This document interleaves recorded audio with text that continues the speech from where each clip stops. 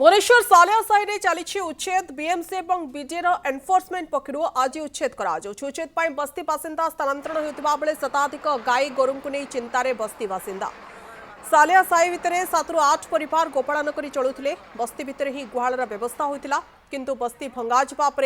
गाई और बाछुरी को केउआड़े नेबे तार उत्तर बस्ती बासिंदा पाखरे नहीं एकाम्र कानन शिखरचंडी पर्यंत जाउथबा 200 फुटिया रास्ता पर ये उच्छेद करा जाउछि।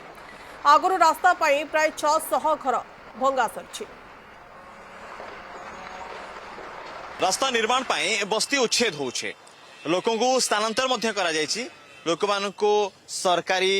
घरे थैतान मध्य करा जायछि लोक माने रहिलेनि मध्य कि कथा आछि एठी किछि परिवार जो मानकर रोजगार चलुथला क्षीर व्यवसाय करके गो पालन करके एठी गो पालन करथिले अनेक परिवार और एठी जो गुहाल आपण देखुछंती ये गुहाल पाखापाखि 30 रु अधिक गाई रही एमती 2-3 गुहाल रही लोक मैंने तो थैतान हो गले लोक मैंने घर को पलैबे छात घरटे मिल किंतु ये 30 टी गाई क्योंठी जीवे ये 30 भाई आज अधिक गाई अच्छे ये गाई सब कुआड़े जी गाई बाछुरी को कौट रखा ताहार उत्तर ये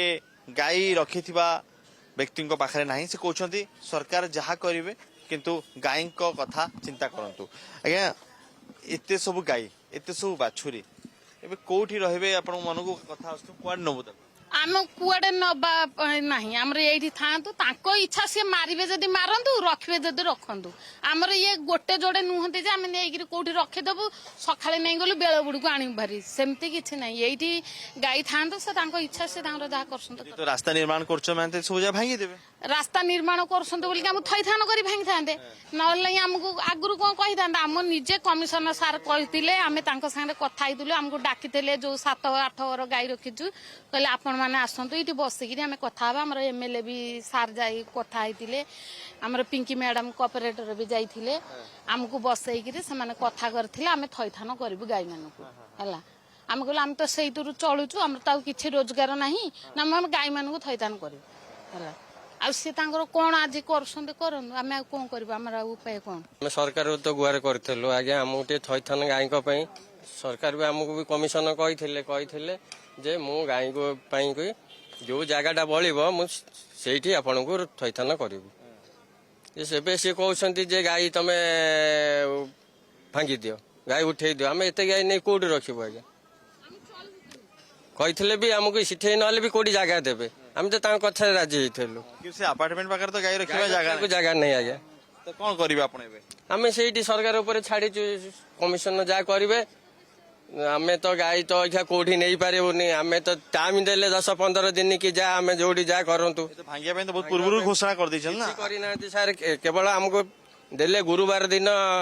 टुकन कहले शनिवार दिन भांगिबु घर भांगिबु आमे 2 दिन भीतर घर खाली कर तो ये रास्ता भंगा होतला आपण तो जानिथिबे ना धीरे धीरे इटा भंगा हबो एटा किछि आसी नथिला ये जो रोडटा बुलेले पे एते बाटो आसिला अच्छा नले आगुर जो रोड जाइथिला बहुत थोर बे आछंती एते किछि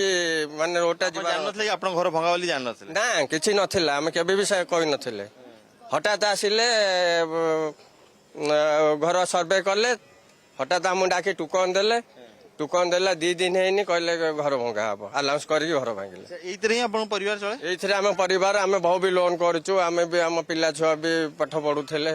हमरा किछि भी ये नाही से माने पळेबे अपार्टमेंट रे पळेछन से माने घर व्यवस्था सरकार कर दैछंती से माने थैतान हिचबे किंतु कथाटी आछि एठी जो शताधिक गाई बाछुरी सब अछि ये केउठी छिबो आ जो लोकक रोजगार रो बाट केवल क्षीर बिक्री करिया ही थिला गोपालन करिवे क्षीर बिक्री करिवे से माने बे कुआडी छिबे से मानकर रोजगार कोन हबो तार उत्तर तांको पाखरिबे नाही। भुवनेश्वर वीडियो जर्नलिस्ट समीर कसा अनुज दास कनक न्यूज।